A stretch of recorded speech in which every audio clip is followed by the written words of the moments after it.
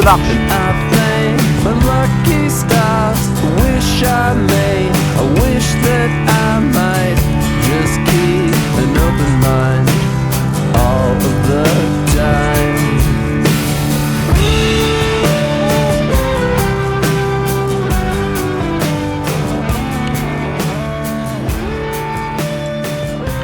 Aujourd'hui c'est cinéma.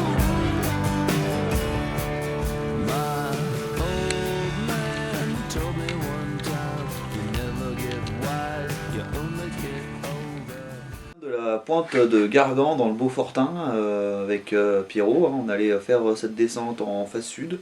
Donc on avait déjà fait une tentative au mois de janvier avec notre ami Seb Colongro qui n'a pas pu se libérer pour cette fois-ci, mais bon tant pis, on était tous les deux, ça s'est bien passé. Donc on est parti à 5 h du matin d'Annecy. Il y avait bien 1 h 30 de route, puis le temps de se préparer, voilà.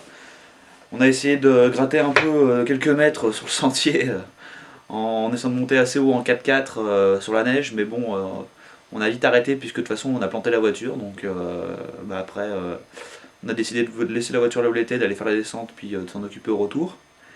Donc on a remonté toute la vallée du Foran, au-dessus d'Ems, pour arriver jusqu'à peu près au niveau du refuge de Balme, du refuge communal de Balme, qui est quasiment au pied en fait de la face de Gargan. Donc la montée, on a été un peu tard, puisqu'on arrivait au pied de la face, le soleil tapait déjà. On a eu un peu peur que la neige transforme vite. Et en fait, le fait qu'il y ait beaucoup de vent, notamment que la bise ait soufflé les jours d'avant, a permis à la neige de rester froide et de rester à peu près molle, sans de rester molle, mais de ne pas trop être coulante tout le long de la journée. Au niveau de la montée, on a dû mettre 1 heure, 1 h 30 de montée tranquillement. On étudiait bien les passages, étudiait la neige, ça s'est bien passé. Il y avait beaucoup de bouquetins, beaucoup de bouquetins, environ peut-être une centaine, qui nous regardaient, ils nous surveillaient, ils se foutaient de notre gueule aussi. Faut dire qu'on était assez à l'aise dans les passages de mixte, surtout au sommet. Ça c'est pour Pierrot. Hein.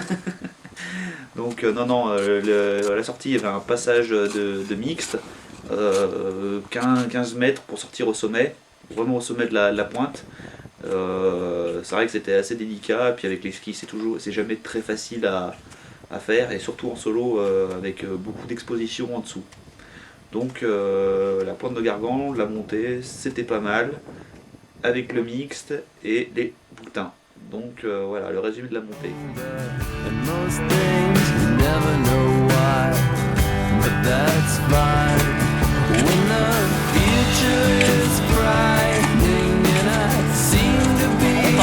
Bah alors.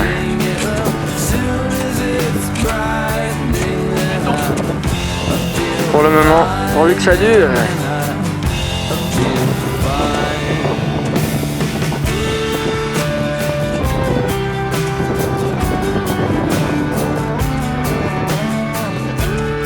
Heureusement qu'il y a un petit vent qui refroidit un peu, hein.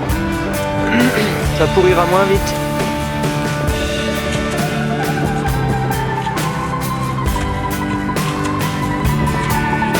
Et le boulet.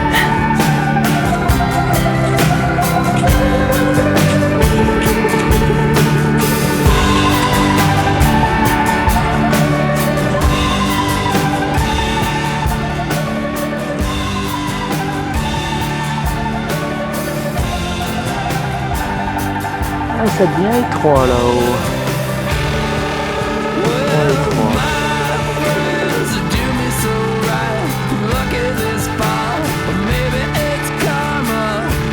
Bon, on verra bien.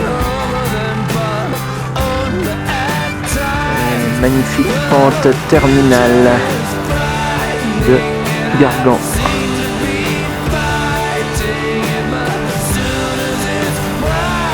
Un petit passage en mixte quand même, hein. J'ai bien aimé le passage là. Oh, drôle du tout. Après, pour la descente, comme d'habitude, hein, ce coup-là, la petite nouveauté maintenant, c'est qu'on essaye de filmer, d'amener les caméras, donc notamment la caméra embarquée. On essaye de ramener des images. Contrairement à eux, là on pouvait pas vraiment se suivre et tout, étant donné la configuration du terrain, puis le fait qu'il y avait des verrous à certains endroits. Mais bon, on a quand même essayé, ça a ramené quelques bonnes séquences. Sinon, le départ est pas très raide, 40 degrés, puis après on fait un beau Ouais, couloir vas-y. de 200 mètres, je dirais Je te laisse 40-45 passer. degrés avec des étroitures. La neige était neige de printemps, c'était excellent, ça skiait vite, ça déroulait. C'est un ski qu'on a l'habitude de faire maintenant dans ce genre de terrain. Je me rappelle aussi d'une étroiture, donc il y avait une étroiture qui était vraiment très caractéristique puisqu'il fallait mettre les mains Hein? et presque s'appuyer contre le rocher. Ça passait juste au niveau de la taille des skis. Moi personnellement j'ai des skis de 1m78, donc fallait faire ce qu'il fallait et essayer de se faire petit pour pouvoir passer dans l'étroiture. Mais un passage vraiment exceptionnel, hein, avec de l'ambiance et tout. Après, pareil, ça déroulait, il y avait des coulées où on pouvait skier très vite. Euh, Franchir des coulées, ça faisait des coulées, hop, on passait par-dessus et tout. Donc ça, c'était très bien. Vraiment top condition, une descente à refaire et à refaire. Voilà, merci Pierrot pour cette descente. Et puis là, on surveille encore nos autres projets et j'espère qu'il y en aura d'autres dans la saison si les conditions le permettent. Alors au niveau du matos, c'est des skis courts et larges, des skis de freeride, hein. Pierre et moi on est équipés pareil par la même firme, Dynastar. Donc on a des skis courts, moi c'est 178, c'est un peu plus long que lui, il a des 168. C'est court et large, donc pour skier vite, pour skier dans le raid, c'est des skis de freeride. On peut aussi faire des sauts. Au niveau des fixations, Pierre a du léger, moi j'ai un peu plus lourd, parce que j'ai tendance à casser.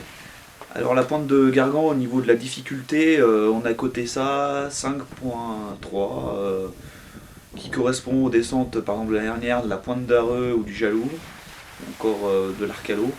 C'est des descentes qui sont moyennement raides mais assez techniques et dont les conditions sont pas toujours très faciles à trouver. Donc c'est du ski extrême, avec une certaine exposition puisqu'on a mis E4, il y a quand même des barres de 500 mètres en dessous, donc il faut éviter de les sauter. Dommage pour les freeriders, ils pourront pas sauter les 500 mètres, mais tant pis. Et voilà, donc il faut essayer de bien gérer ça. À la montée, on a coté ça, c'est classique, c'est de la course AD, mais bon, avec un petit plus, puisqu'en haut, il y a un passage de mixte qui est quand même assez délicat, où il faut faire attention, puis surtout, il faut le redésescalader à la descente. Oh putain. Donc voilà, sinon c'est une belle pyramide, comme on peut le voir sur la photo. Et, Toi, tu m'as donc pas c'est un laissé de sommet neige là? qui vaut la peine, qui vaut le détour, surtout si on va dans le Beaufortin faire les couloirs du Rouennais qui sont en face. C'est une descente qui est pas difficile et faut absolument faire. Ouais. Comment on fait pour avoir toutes ces idées de descente? Du gendarme.com là? C'est un peu par la force des choses, à force de faire des descentes, et on en cherche d'autres à faire, donc on en cherche d'autres, donc on se promène, on regarde les faces, on a des jumelles, on a des infos, on a des copains qui nous disent oh tiens, telle face, il y a peut-être quelque chose à faire, donc ils nous envoient des photos, on a des renseignements, on lit des bouquins, voilà, il y a une multitude de sources qui font qu'au bout d'un moment on a de l'inspiration, on arrive à trouver des choses à faire. Moi personnellement j'essaye de me promener un peu dans les Alpes, de trouver des indices qui me donnent des bonnes descentes, mais sinon c'est vrai que c'est vrai que maintenant ça commence à devenir dur de trouver des belles descentes, des grandes descentes, mais non, il y a encore des choses à faire dans d'autres massifs, on essaye de se déplacer, de ne pas rester chez soi, voilà, de sortir de son trou quoi.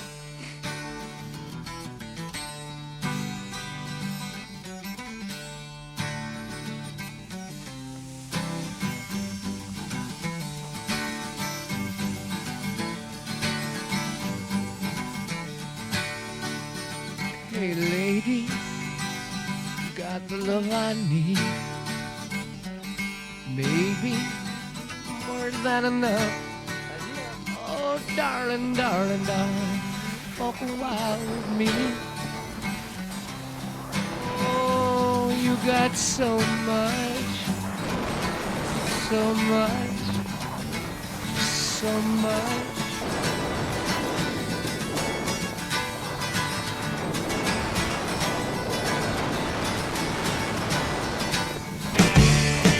Many have I loved, many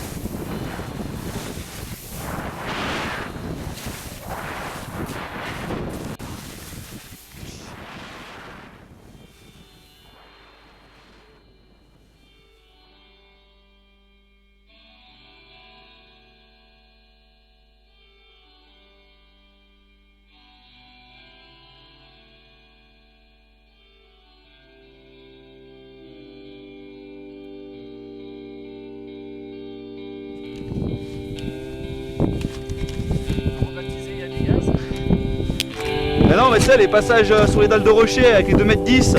Attention, la conversion.